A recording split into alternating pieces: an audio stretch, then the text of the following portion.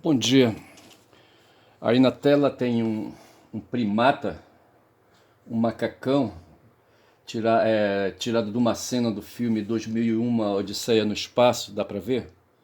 Eu vou rodar um pouquinho aqui só pra, sabe, ilustrar mais um pouco. Ele tá lançando um fêmur no espaço, certo? Quem sabe esse fêmur é de que é de outro primata, entendeu? E ali tá dizendo que está dizendo que o filme 2001, Uma Odisseia no Espaço é um filme de 1968, é dirigido por Stanley Kubrick. Vejam que em 68, um pouco mais meado do século XX, certo? 32 anos depois começaria o século XXI, e 2001 é o primeiro ano do século, e então se achava que 33 anos depois, certo, nós estaríamos aí fazendo viagens interplanetárias banais, indo, né, para o espaço distante. No caso aí, a ideia era alcançar Júpiter, onde havia um monolito negro, certo, no qual primatas tocavam e, sabe, e assim adquiriam conhecimentos de civilizações de 4 milhões de anos atrás, certo?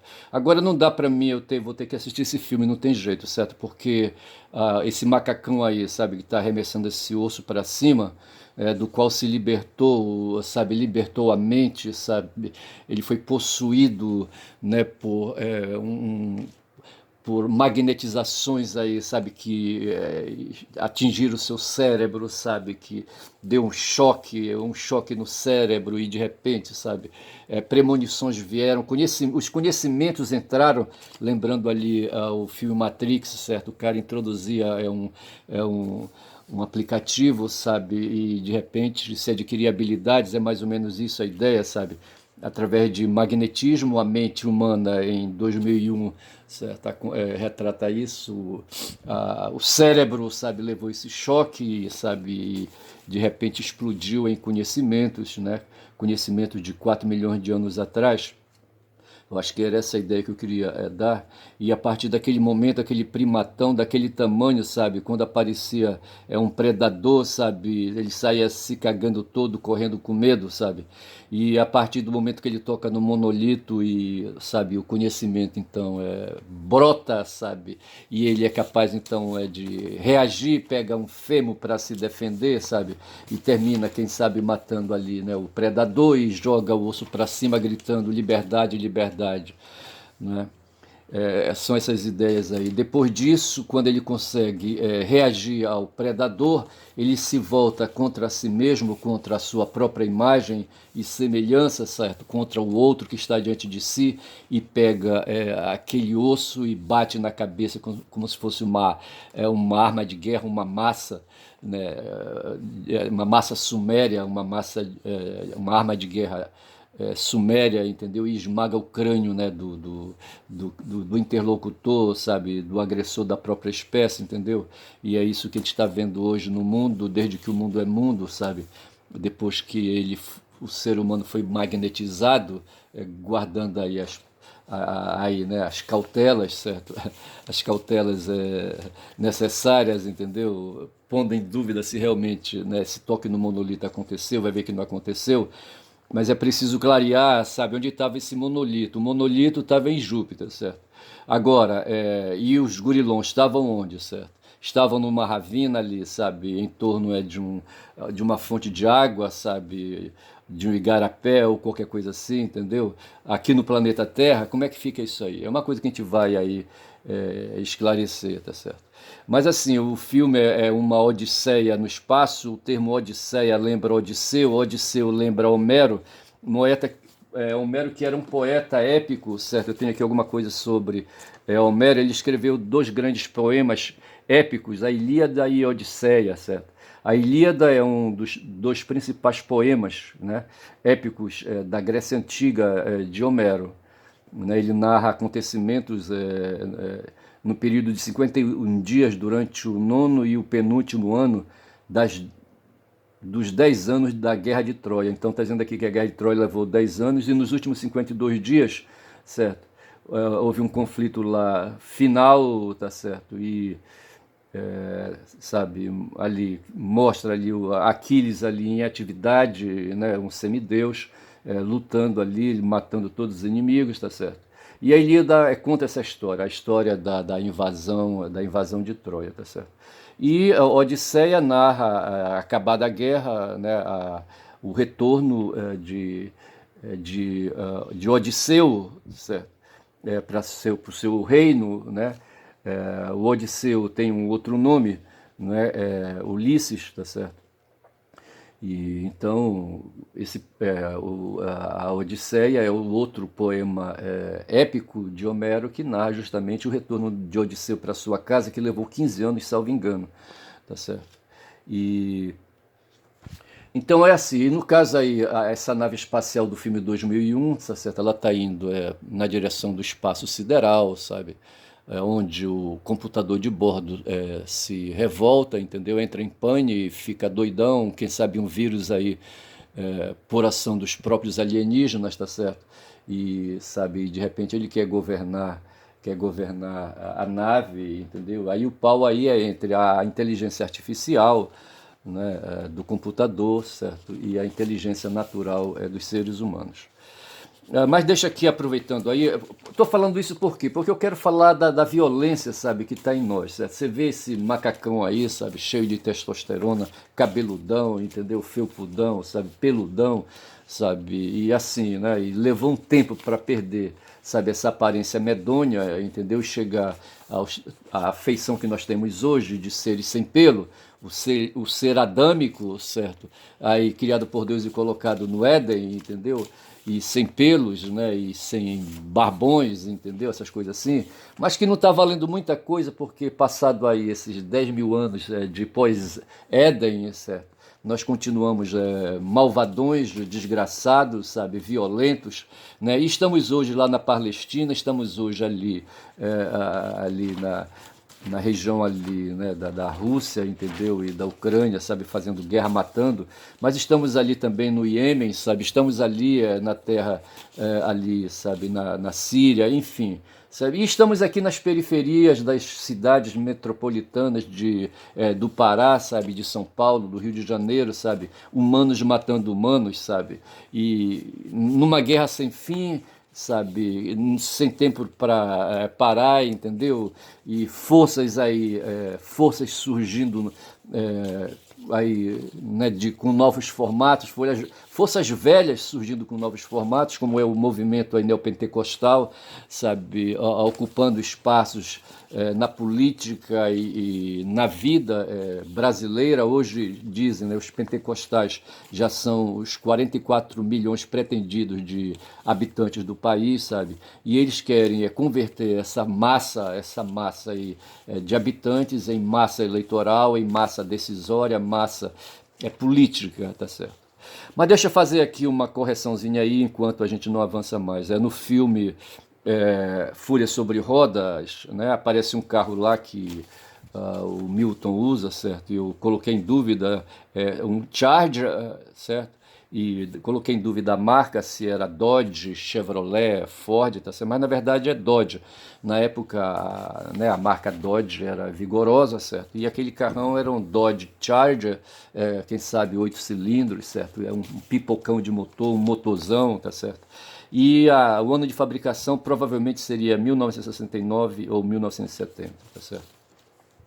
E tentei lembrar o nome da mulher, sabe, do ex-presidente da República, certo, que foi aí, né, decretado inelegível, tá certo? E o nome Michele não saía, bicho, sabe, não saía na boca. Não sei se é memória seletiva, entendeu?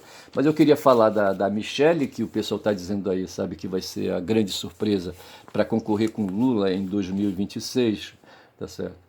E também eu queria aqui eu vou explorar mais adiante uma melhor ideia, sabe, do que seja o Holocausto aí, em termos atuais do que está acontecendo hoje lá na Palestina.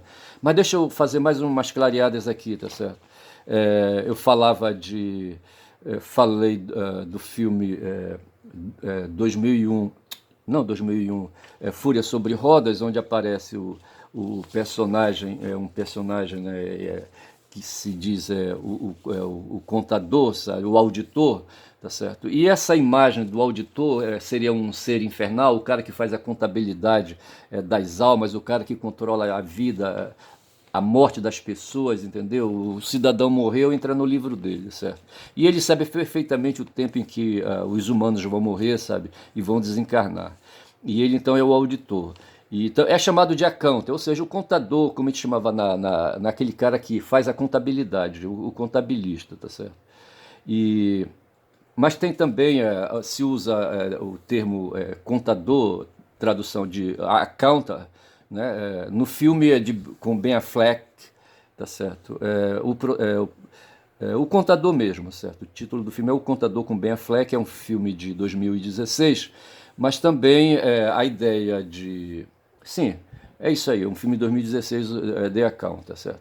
E no filme também, 2001, digo melhor, Fúria sobre Roda, fala de Armagedon, sabe? Fala do personagem de Burke, e o nome não vem, Billy Burke, certo? E que é o Jonas, né? E ali então o cara, sabe, é um líder de uma seita satânica, né? E fala em Armagedon. O Armagedon é um termo da língua dos judeus aí, sabe? Para traduzir uma batalha final que vai haver, certo? Entre forças celestiais, forças da soberania de Deus, das forças, né, do bem, certo? No pé do monte Magedo, em Israel, certo? Tem uma colina em Israel chamada Magedo, daí vem Armagedon, né? E essa batalha vai ser contra forças satânicas, né? E então o personagem lá do Burke, do Billy Burke, quer justamente fazer um sacrifício, um holocausto de uma criança, de um bebê, para fazer conexões com forças infernais, mas o personagem, o contador, o auditor diz, isso aí não vai rolar porque Satanás é um cara pacífico, quer dizer, isso aí não está na ordem do dia dele, isso é invenção aí desse cara aí, sabe? E não vai rolar isso aí, entendeu? Esse cara está fazendo isso aí para desorientar os idiotas que seguem, fazem parte da seita dele, tá certo? E também falei de Nakba para fundamentar, né, assim, da consistência. Nakba é um termo árabe, né, que traduz catástrofe, desastre, né, e se refere a uma expulsão de palestinos e uma fuga, não fuga, tá certo? Foi uma expulsão mesmo, certo? De palestinos de suas terras para a ocupação por judeus. Tomaram as terras dos palestinos para entregar para os judeus em 1948, tá certo? A Palestina era aquela terra ali sem cercas, sem limites, entendeu? Onde os palestinos andavam para cima e para baixo dentro das cidades e judeus também. Aí se despertou a ideia de reunir ali, sabe, naquele território da Palestina, ali, sabe, todos os judeus do mundo que ficaram desgarrados, né, a partir de um certo momento, a partir da década de 70, quando houve ali, né, um levante judeu contra as forças romanas, aí houve ali uma dispersão, uma diáspora, né, e os judeus foram então espalhados no mundo, e em seguida a isso vieram os turcos e instalaram um grande império, sabe? E nunca mais os judeus tiveram sossego ali na região e vão voltar só assim, né? Em 1948, por acerto jurídico na ONU, um acerto que houve na ONU, certo? Comandado por um brasileiro, certo? Que era o secretário da ONU na época, entendeu? Movido, sabe lá por que forças. Esse cara aí, sabe, teve essa intervenção e esse papel aí... esse papel importante na votação de uma lei, né, que concedeu o território que Israel demandava ali na Palestina, e agora só que as terras estavam ocupadas, certo? Aí nisso aí eu fiz uma ligação com um fazendeiro no filme Era Uma Vez no Oeste, sabe, que tinha uma propriedade, sabe, que para ser aquelas terras ocupadas por uma ferrovia, ele é assassinado, né? E eu fiz então a conexão dessa situação da fazenda com as terras da Palestina também, né, em que os moradores que ocupavam a terra foram obrigados a a deixar a terra na marra, tá certo? E os árabes chamaram isso aí de Nakba, tá certo? De Nakba. E, e vamos que vamos aí adiantar mais um pouco. Então deixa agora fazer uma conexão que eu quero fazer, né, explorando melhor no filme Fúria sobre Rodas, né, tem, como eu falei, o líder de uma organização, satânica, de uma seita satânica, né? Aqui está escrito o nome dele, Jonas. Porra, fogo é que como escrevi mal aqui, sabe? Mas o Jonas, tá certo, ele, né, era aí um maluco, certo, sabe, um psicótico, né? E ele assassina uma garota, certo, que deu à luz a uma criança, e ele queria sacrificar essa criança num ritual satânico, certo? E quando se faz sacrifícios e sacrifícios humanos pela Bíblia, né, chamado de holocausto, os judeus disseram que durante a Segunda Guerra Mundial, ali nos campos de concentração também teria havido um holocausto, um sacrifício de judeus, um extermínio de judeus ali, sabe? Em oferenda a quem não se sabe, mas o holocausto normalmente a vítima, o sacrificado é oferecido, é uma oferenda, certo? A uma entidade aí, sabe? E então essa garotinha neta, né, do Milton, certo? Seria sacrificado pelo líder da seita, o Jonas, né? E em sacrifício, em oferenda a Satã, certo? Pedindo que ele então baixasse na terra e instalasse aqui o inferno. Mas aí, como eu disse, o auditor já tinha dito que isso aí não iria rolar. E quero dizer que hoje essa criança ela pode ser tomada como símbolo da violência e dessas crenças satânicas, essas crenças aí, sabe, de violência extrema e inexplicáveis pela inteligência humana, sabe?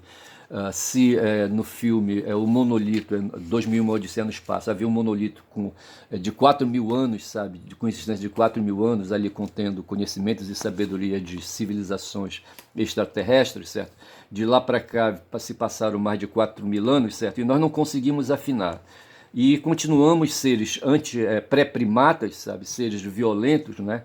E esse tal de Netanyahu, que eu chamei aqui de desgraçado malvadão, certo? Continua sendo essa figura nefasta, tosca, fazendo a liderança de forças de extrema direita, sabe?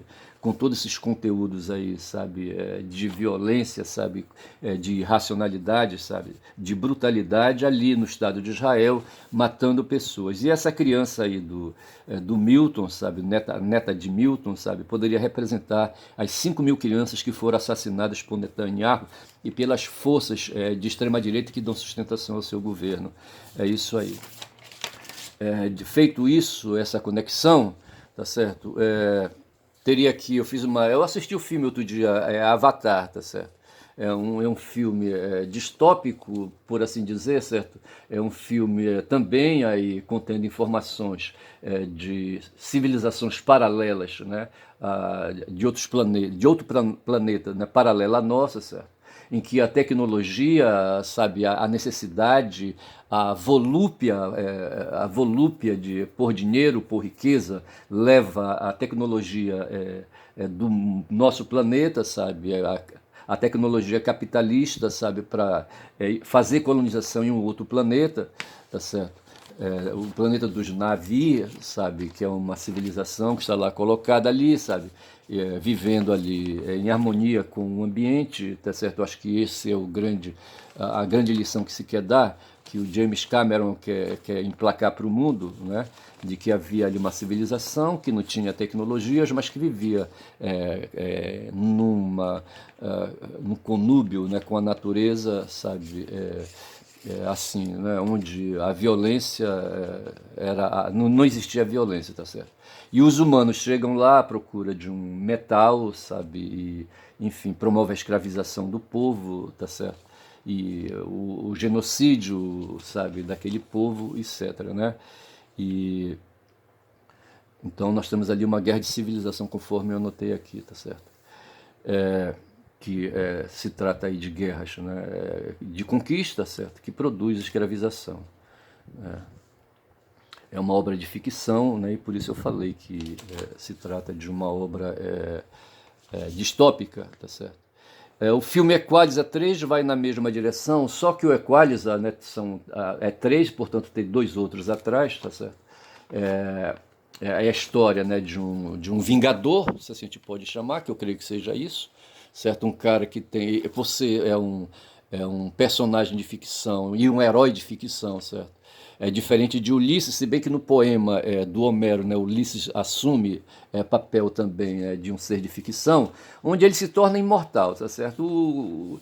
O equalizador aqui, sabe, é um vingador, sabe, elevado à condição de imortal, tá certo? De um ser olímpico, tá certo? Aí ele faz guerra, no 1 ele faz guerra contra a máfia russa, certo? No 2 ele faz guerra a uma organização miliciana, uma organização paramilitar, certo? Que vende seus serviços mercenários, né?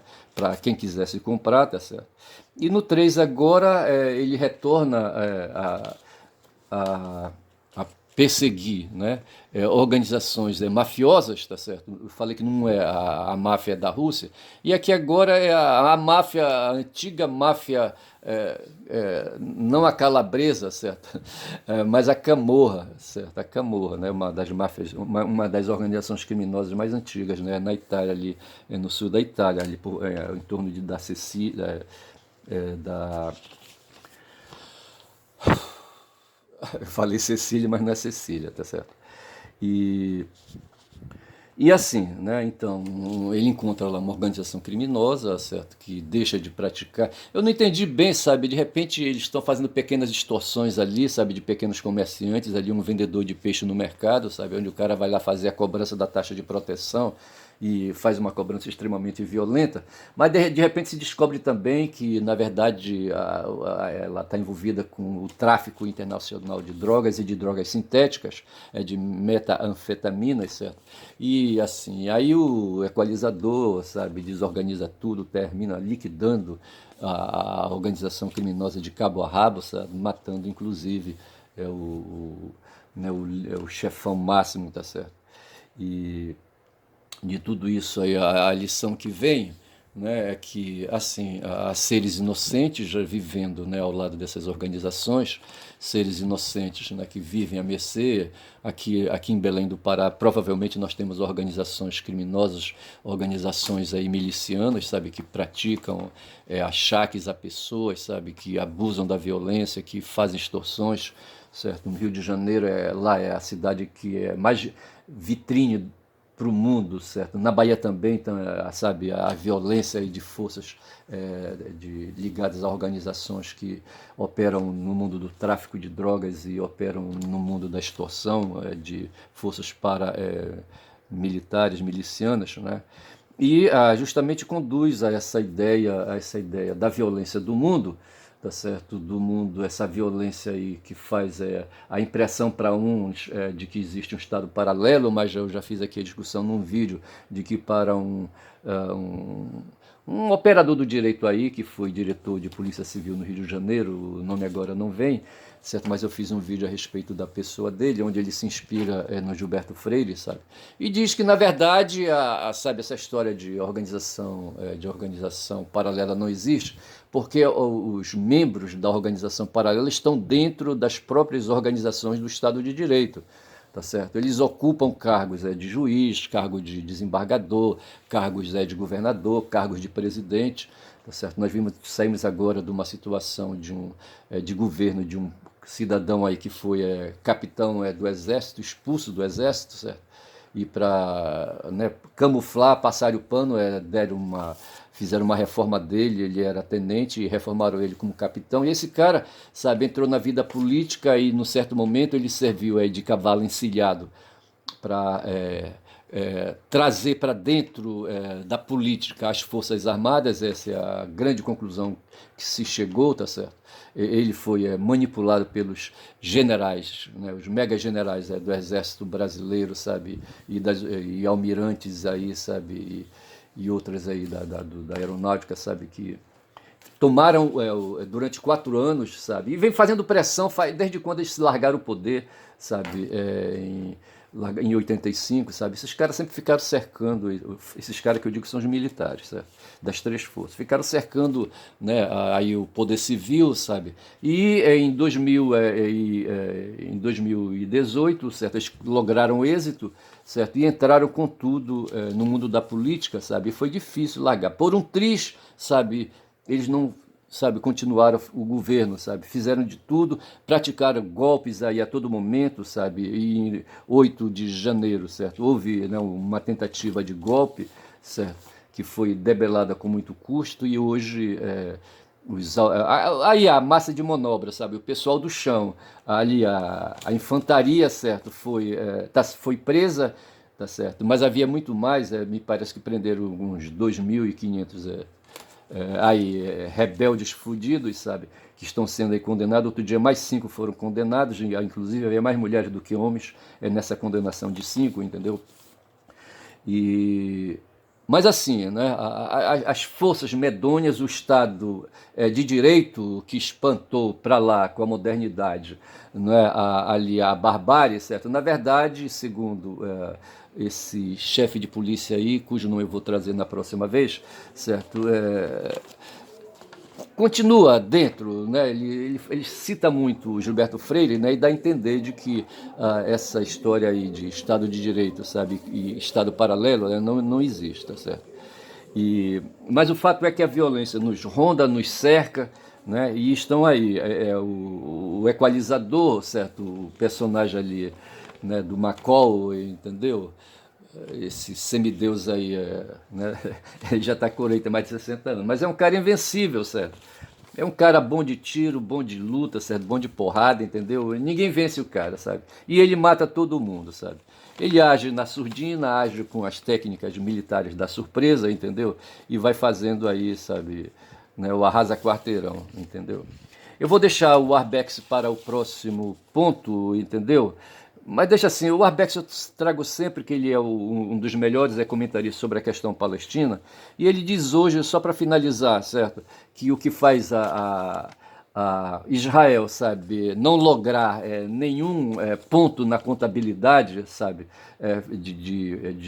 da guerra, entendeu? Uma contabilidade positiva da guerra, é justamente a resistência palestina que está no sangue dos resistentes do Hamas, certo? E no sangue dos resistentes palestinos propriamente dito, esses resistentes que se deixam prender, sabe, que vão para cadeia, sabe, garotos, vê se pode, bicho. Os caras não têm vergonha na cara liberar garotos de 16 anos presos, sabe? Porra, é foda. Fazem a maior festa quando sai um garotinho, uma garotinha que fica brincando com o cachorro dela lá, sabe? O cachorro que está feliz porque os garotinhos foram entregues depois de 60 dias, 2 meses aí de aprisionamento, entendeu? Mas assim, ninguém faz festa para esses garotos aí que passaram anos e anos, sabe? Daquela mulher com a mão toda mutilada, eu queria falar outro dia, eu falei de uma mulher palestina, aí, mas o que me chocou foi a mão mutilada que ela exibe assim, sabe? Parece que cortaram as falanges da mão, de uma das mãos dela, sabe? Estão todos ali, os membros ali, os dedos cortados, sabe? E ninguém se condói com isso, tá certo? E se passaram 4 milhões de anos desde que o monolito ali, sabe, foi implantado em Júpiter, certo?